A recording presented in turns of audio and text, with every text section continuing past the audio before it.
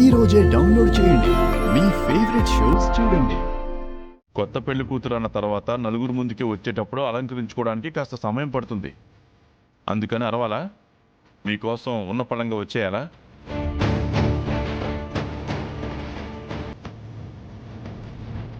కాస్త ఆలస్యమైనా పర్లేదు. కొంచెం మంచిగా రెడీ అయ్యి రమ్మని చెప్పమ్మా. ఏం పర్వాలేదు, అమ్మాయి రావాలనుకున్నప్పుడే రమ్మని చెప్పండి.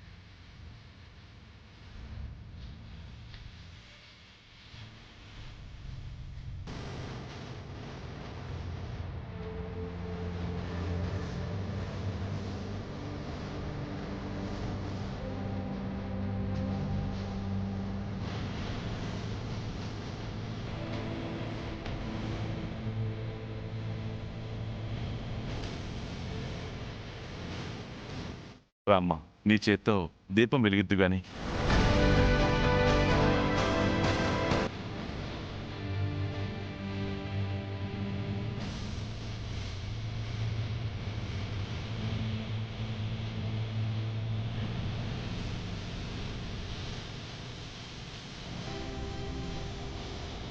చీర చింపేసినదని చెప్పున్నావు.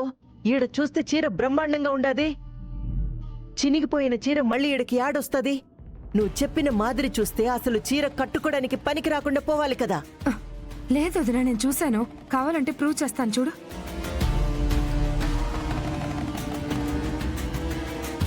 ఆగో,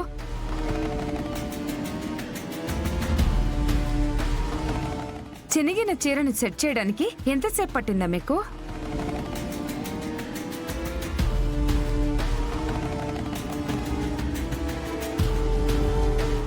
ఏం మాట్లాడుతున్నావు పిన్ని? చీర చినగడం ఏంటండి?